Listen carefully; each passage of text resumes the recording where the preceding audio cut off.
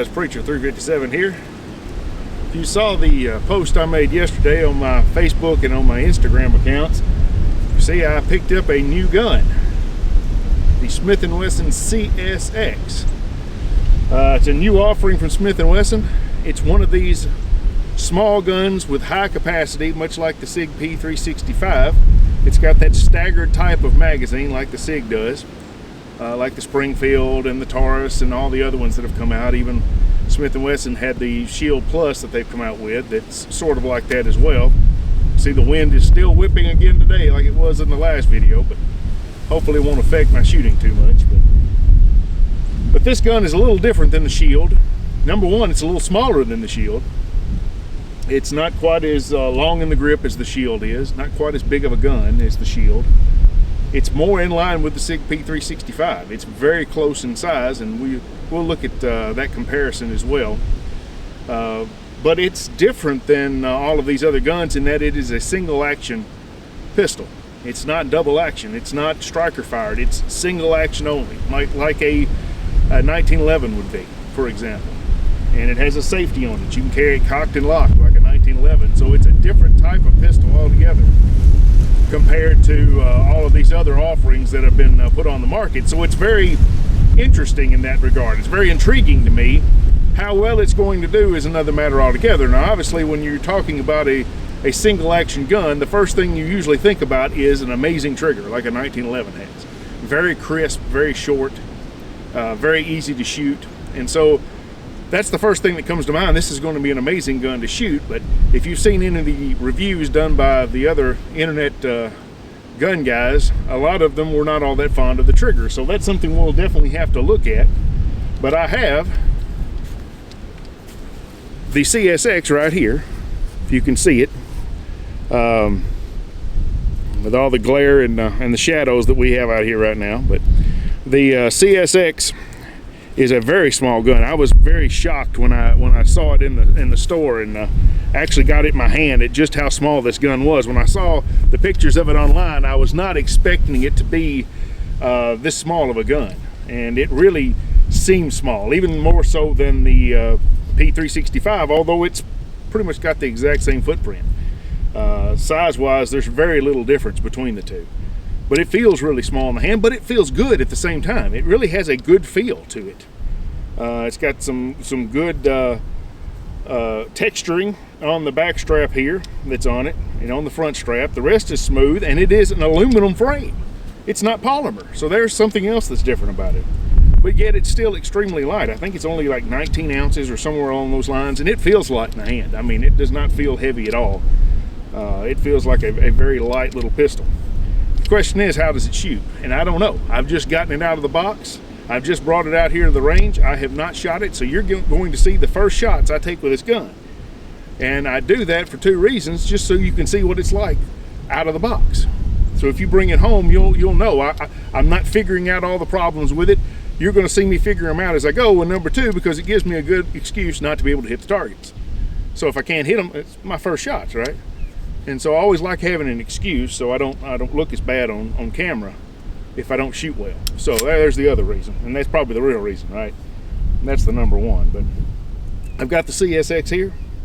So let's put some rounds down range. I've got it came with a 10-round magazine as well as a 12-round magazine. And it is extremely hard to get those last rounds in either one of these. If I had not had the mag loader there, the Upalula, I would not have gotten the 9th and the 12th round. I mean the 10th and the 12th round in this magazine, because they are extremely hard to load that last round. So if you don't have a mag loader, it may not be a 10 or a 12. It may be a 9 or a 11 for you. So if you don't have a mag loader like an Upalula, I suggest getting one if you shoot a lot of handguns that are high capacity, because they really make things a lot easier. Even guns that you can load by hand yourself, that aren't that hard, it really, if you're loading a lot of rounds up, putting a lot of time in at the range, it really helps your thumbs out a lot. So we'll put the safety on here, and then we'll turn around here and see if we can hit anything with this gun. So here we go. Let's just see what we can do. All right. just take a dead-on hold and see what happens. No, try it again. I think it's going low, wouldn't it? Try a high hold. Well, let's try a low hold. Maybe I'm wrong. All right. The low hold seems to be it. All right, 6 o'clock it is.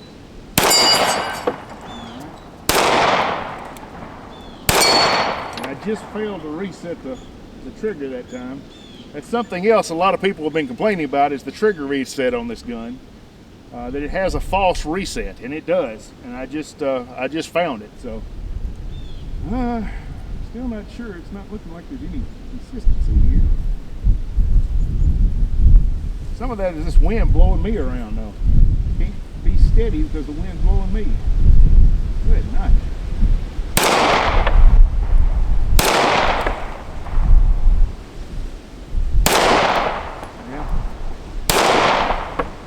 I can't seem to find the range now. Let's try her again here. Well, the magazine must not have got the magazine seated fully. Didn't want to load the round, but what it was, the magazine wasn't seated fully apparently. All right, this is the 10 rounder, so I don't have as much to grip. The 12 rounder gives you a full grip, whereas this 10 rounder, my pinky, is going to have to stay off the bottom of it here. All right, let's try her again.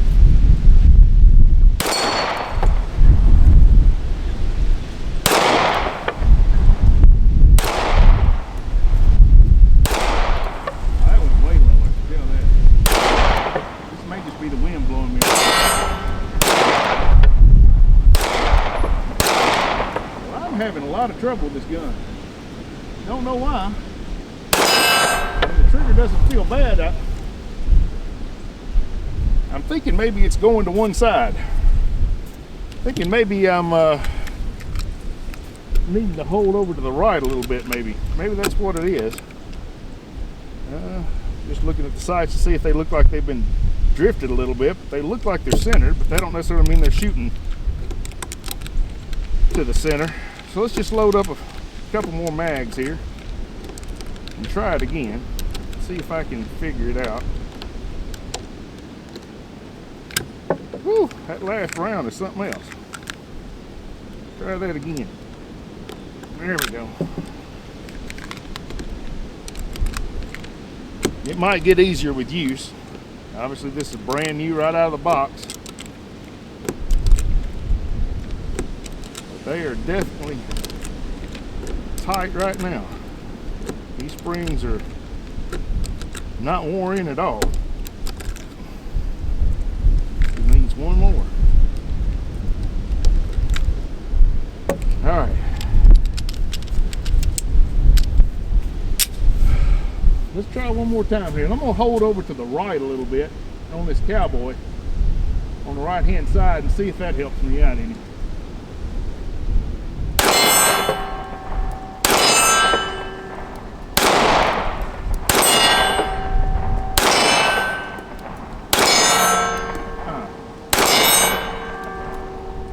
All over the place though, isn't it?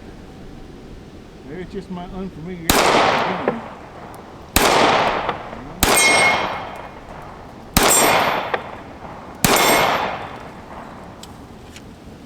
Having to hold up a little bit. Try again here.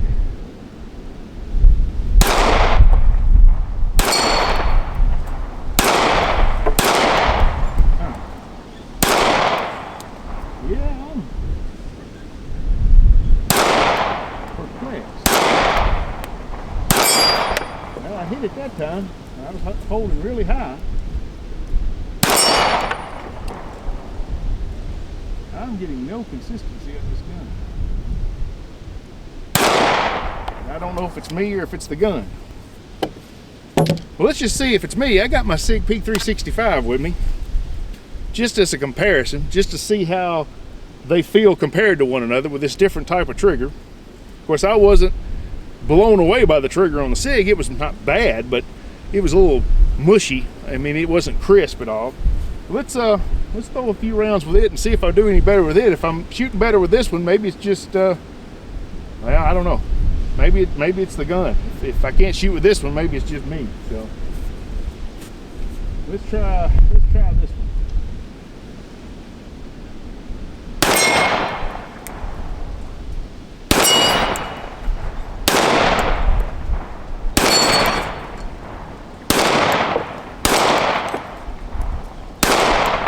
Yeah, I nicked him.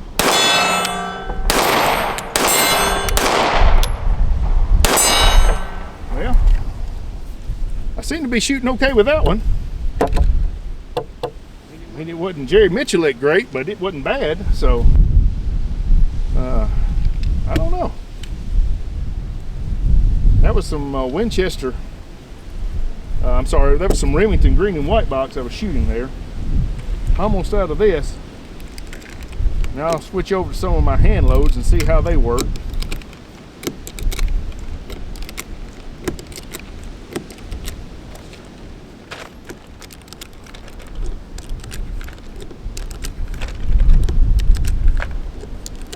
But I can honestly say I think the CSX has less recoil than the SIG. I didn't feel a lot of recoil with this gun. It felt really soft shooting for such a small 9mm. I could just hit something with it. Now let's try it again. We're gonna go back to Cowboy and see if I can figure this out.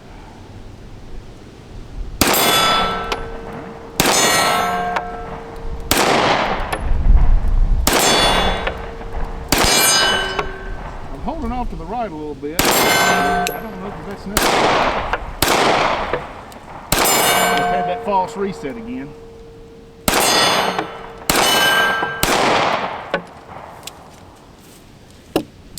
Well, I mean, I'm hitting the Cowboy, but that's not a big feat. So I don't mean much. Let's see if I can hit that white plate out there at 35. See if I can see where it's going out there. Seemed like that was low. Yeah, I held up and it's still low. But no considerable wear on the target. Huh.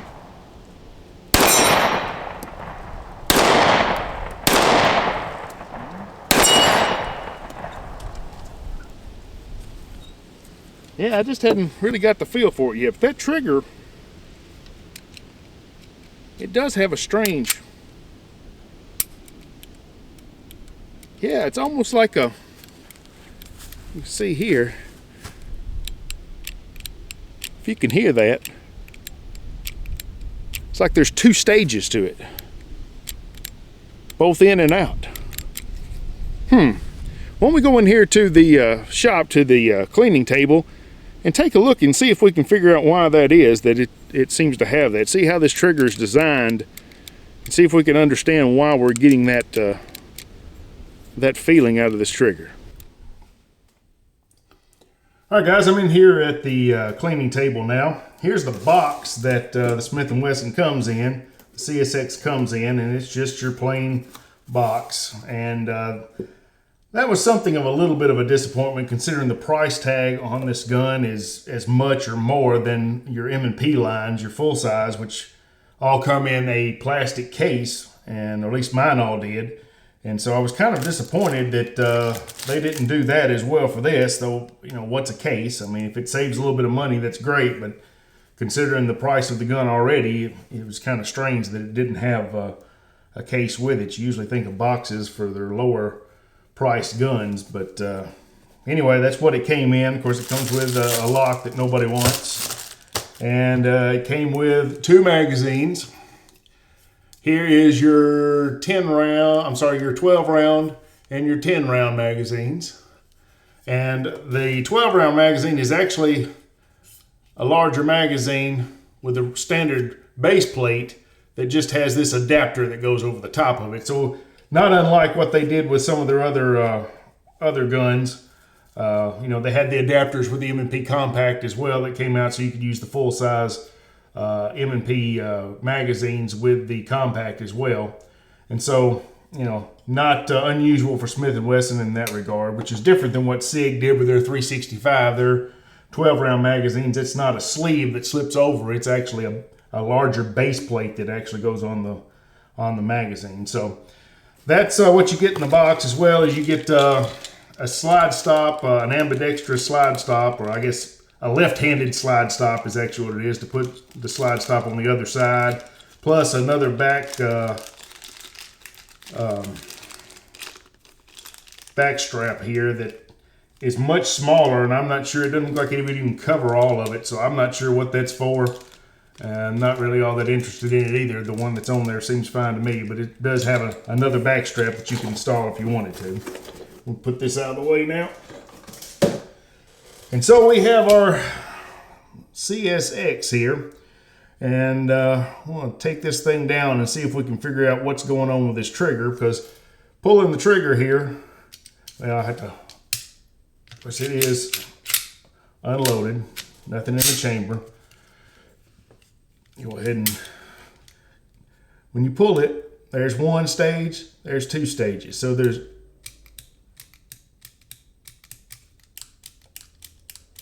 I mean, you can hear the two clicks there. Click, click. So it's got two stages to the trigger. And what's happening is when you're taking your finger off the trigger to reset, you get to that first click and it feels like you've done all you needed to do, and there's actually a little bit further you need to go. And so I want to see why that is. So we've got to break this gun down first. And this gun breaks down, you know, we keep saying that this is sort of like a 1911, and not really. I mean, in some ways, I guess it is, because it's got a safety, and it's a single action only, and the takedown lever, you know, comes out, and you have to line it up, kind of like a 1911 in some ways. So I mean, it's sort of like one, but at the same time, it doesn't have the grip safety on it, and the internals are different. Obviously, it's a 9mm. Of course, 1911s now come in 9mm as well, but I mean, there's some big differences between this and a 1911 as well. So you don't want to overstate those similarities, because they are limited. And this trigger is something different. It doesn't feel like a 1911 trigger at all. So let's break this thing down and just see what's going on. And I think to break it down, you have to pull it back until you line that little part right there up. There's a little divot with this. And then when you line that up, you have to punch out the pin from the other side. There we go. And now you just slide it right off. All right, and on this on the slide here, of course it's dirty because I've been firing it on the range and we ain't done yet, but so I'm not gonna clean it yet. There's no reason to clean it yet, because if you're just gonna get it dirty again, why? We've got a stainless steel, it looks like guide rod, kind of a odd looking one, but captive. And we've got a barrel. The link goes through there, obviously. So nothing too out of the ordinary on that part of it. You see here we have a firing pin block right there that has to be pushed in to be disengaged in order for the gun to fire. So that's something we'll need to look at, how that engages. And so let's look down in here at the CSX and see if we can kind of figure out what's going on here. Well, all right, there is clearly a trigger bar in here that runs from the trigger to the back. Get a flashlight out here so I can get a better look here. Runs from the trigger to the back there. And then there's a bar that comes off of that out. And it looks like there is a lever that is perpendicular to it, that's going up and down, that it pushes into, that then releases the sear. So it's a sear release lever. I don't know what they actually call it, but it's something along those lines there. And then with a slide like this, your firing pin block is on that side, on this side over here, which is where this lever right here is the only thing that really would move. So that must push up into the firing pin block there to disengage it. Let's take a look here. Let's see what happens when we do our safety. We push our safety in. So when we pull the safety up, it pushes the trigger bar down into a hollowed out spot on that sear release lever. And so when the safety is engaged, it still hits that lever, the sear release lever, and it still pushes it back, but apparently, it doesn't push it back far enough to release the sear. And I'm going to assume as well it doesn't push it back far enough to engage the firing pin block. So when the safety's on, it appears that the trigger will not release the sear because it won't push that trigger release, that sear release bar back far enough, and it won't disengage the hammer, the firing pin block, I'm sorry.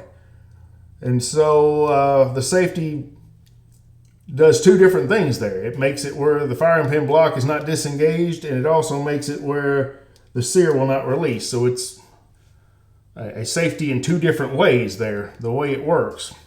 But that makes it pretty clear why we're seeing this two-stage trigger then. Yep. So let's see. So that makes it makes sense at least. So what it is the trigger is not actually connected to the sear in and of itself. What it does is the trigger is connected to the trigger bar, which then is pushed back into this trigger release, this sear release bar that's perpendicular to it. And so that first click you hear, that first thing you feel, is the trigger bar impacting that sear release lever there. So that would be the first stage of that trigger. The second stage of that trigger would be where the hook at the top here is pushing up into this firing pin block here to disengage it. And so that's the two stages we're feeling on this trigger when we pull the trigger. The first is the trigger bar impacting that sear release lever and then pushing it back. And the second is that sear release lever also having the hook at the top that then pushes into the hammer. I keep saying the hammer. What I mean is the firing pin block there. And so that's the second click. And so what's happening is when you release the trigger and you feel that first reset, what is actually happening is that hook at the top of the sear release lever is disengaging from that hammer, from that, I keep wanting to say hammer block. This is not a revolver. This firing pin block here. And so that is your false reset right there. You feel that coming off of the, you feel that lever coming off of that plunger right there. And that's when you think it is reset, but it hasn't, because you still have not released that sear release lever all the way out to where it can re-engage. So there's where your problem is. That's what's causing this false reset, is the way that the trigger bar is pushed into that sear release lever, which then also is used to disengage the firing pin block. So the way the gun is set up is what is resulting in that false reset. So don't know that there's anything that's going to be any fix for that, I guess is what I'm trying to say. It's not something that's going to work itself out because it's in the basic design of the firearm. So if you buy a CSX, that false reset feeling is probably always going to be there. And it might get a little bit better as the springs wear a little bit and the surfaces wear a little bit, where you don't feel that lever disengaging and pulling off of that firing pin block when it happens. So that's possible. But the way that the gun is designed, there's no fix to stop that from happening unless the surface is just wear to the point that you can't tell it's happening anymore. So, but that's the long and the short of it. Looks like. Other than that, it looks like pretty basic standard type of slide here. There doesn't seem to be too much to this that's different than a lot of other hammer fired guns. I mean, it's really not even that much different from a striker fired gun, other than the fact there's not a striker in here that's being pulled back on its own. It's just a firing pin with no tension of its own. It's just, it relies on the energy from the hammer. But, well, there it is. We'll just go ahead and put her back together here. All right, so we should just have to, well, it helps if you put your barrel and your recoil spring back in first. So let's do that first. Put it back on here, and we just need to line up that little hole there. We should just be able to put this right back through. I don't think you have to worry about idiot scratches with this like you do with the 1911 either, because it's got a place just to push it straight in. So that's good, because I'm an idiot and I would definitely scratch it. All right, there she's back together. All right. And just as a matter of comparison, here's the SIG P365. And you can see they are practically the same size for all intents and purposes. The slide on the CSX is a little bit less, but then the beaver tail comes out a little bit more. So there's not a lot of difference there. Obviously, this has to have a little bit more inside and to have room to cock that striker back, whereas the hammer is what gives you the energy, and it's outside the slide. So that explains the difference there, even though it looks like they probably got the same size barrels. I don't know exactly what the length of them is, around 3 inches, I would say, but 3.1, something like that. Width-wise, they look almost identical. I mean, I can't tell with the naked eye that there's any difference. Length-wise, it's pretty much a draw.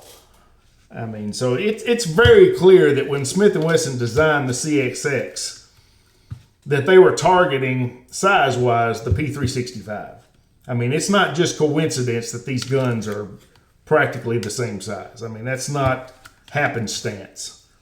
That's clearly intentional. They're focusing on that market and trying to do it with a different system than the striker fire, which I don't know if that's going to be successful. I don't know if there's going to be enough people that really want this type of action on a gun for it to be successful. But, you never know. We'll see. I mean, it's something that's intriguing to me. Just got to get used to it, I guess, because I was having a little bit of trouble out there. But maybe I'll get a little bit better with it when I get back out there and start shooting again. Here is my, take the mag out here.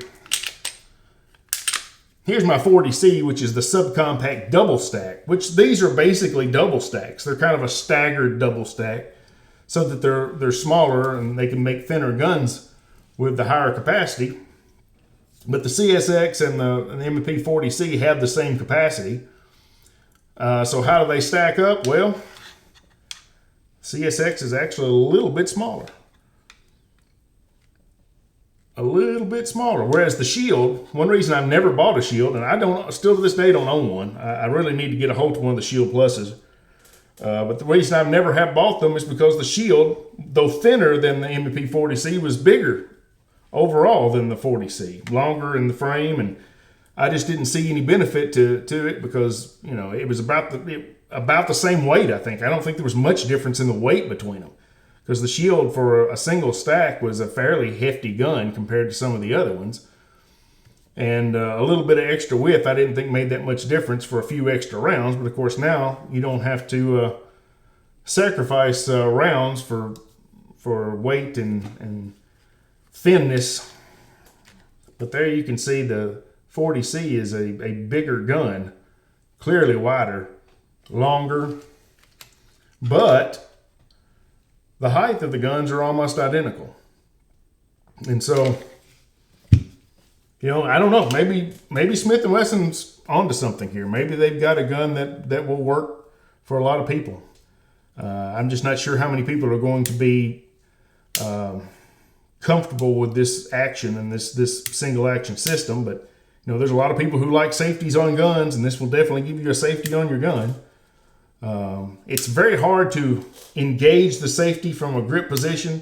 You can do it, but it's hard to get a hold of it, and that's not really a bad thing. You're not going to accidentally engage this safety. It's something you pretty much have to do, and it's easier to do with your offhand than with your grip hand. But once the safety is on, it's very easy to swipe off. It swipes off very easily. So I think it's a very well-designed safety. It's not necessarily the most beautiful thing I've ever seen. I kind of question the design of it, the way it looked, you know, as from an aesthetic perspective. But you know, the more I see it, the more it kind of grows on me, the more I have it in my hand.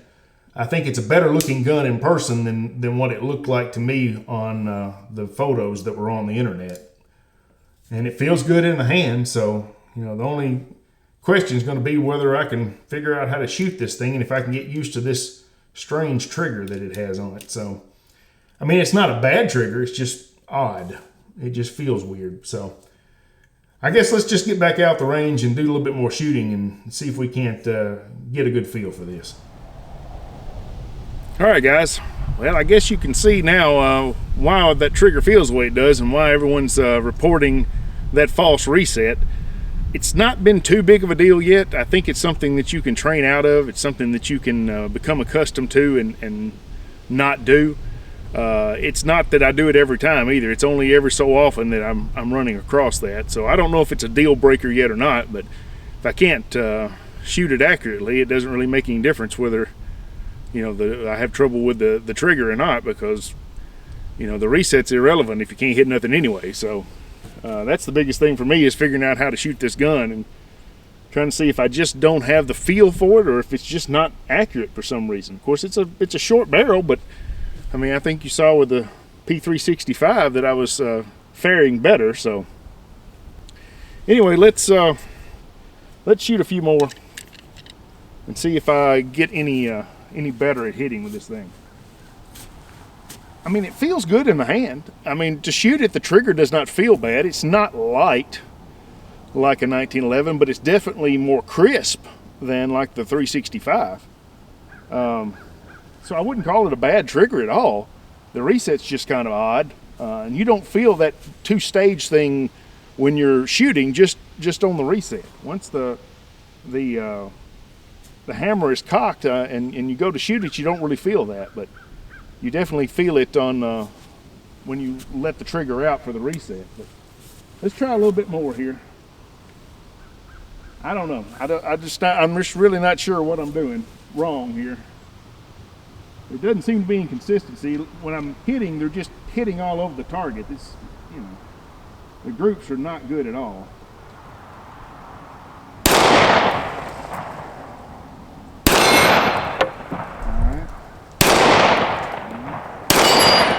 I'm just taking dead on holds and seeing what it's going to do.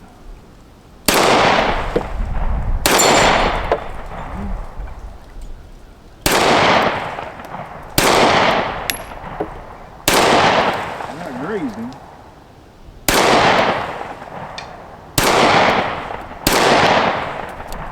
I just false reset it again.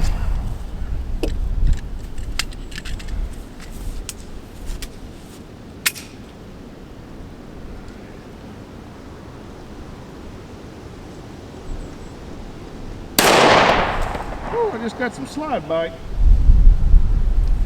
or hammer bite one. I guess it was probably hammer bite, not slide bite. That's the first time I've gotten it with this gun. I guess I rolled up a little higher than normal that time.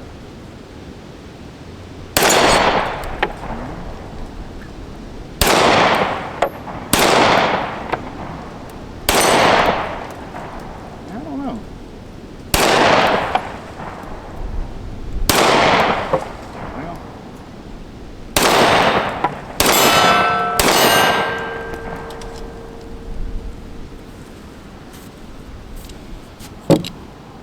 I'm struggling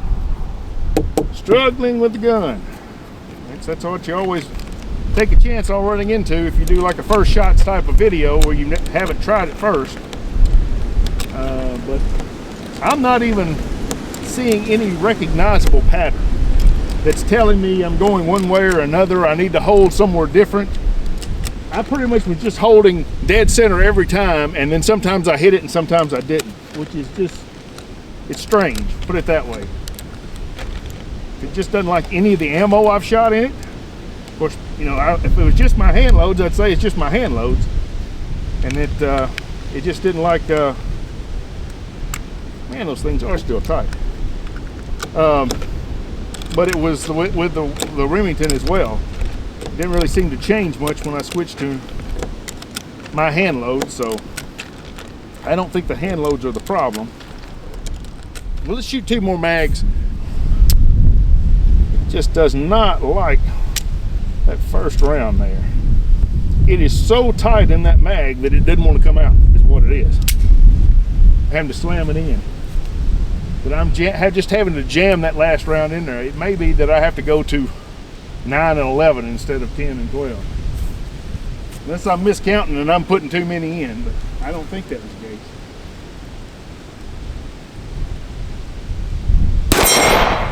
That was just a dead-on hold. So was that.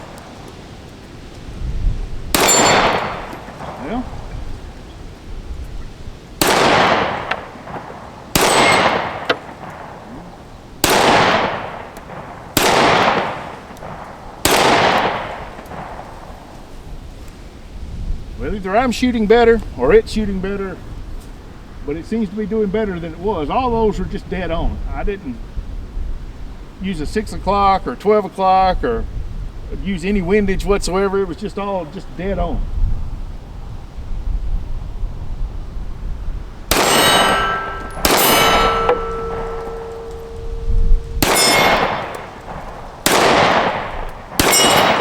And maybe because it's such a small gun, even though it feels good in the hand, maybe I just wasn't holding it tight enough. I wasn't gripping it tight enough or something, and it was, I don't know, I was pulling it maybe. Just not being used to the gun. So let me just keep shooting. Maybe it just took a little bit of getting used to.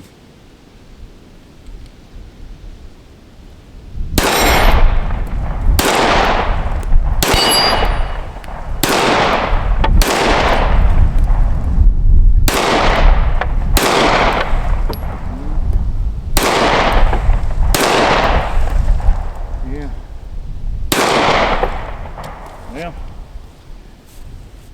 still couldn't seem to hit that 6-inch plate. Well, overall, I don't know what my thoughts are. I like the feel of the gun. There's a lot I like about the gun.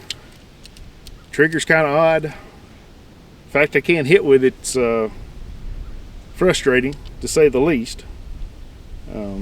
But obviously, I'm going to have to put some more time in with this gun, shoot it some more. Probably have to do a follow-up at some point, and make a determination on whether this is a gun that I'm going to keep and maybe carry, or if this is something that's just not going to find a place in my collection. But I don't know. I really don't have a set opinion yet. Man, I'm not blown away, obviously, but I'm not convinced that this is, you know, a piece of junk either. So it's really just going to be a matter of putting more rounds downrange, trying to get more familiar with it, and then seeing what happens. But I just haven't put enough time in with this gun yet to make a determination one way or the other. But I think you can probably tell just from my demeanor right now that I'm a little disappointed. I was extremely optimistic that this was going to be a gun I really liked. That it was going to blow me away, because there's a lot I like about it.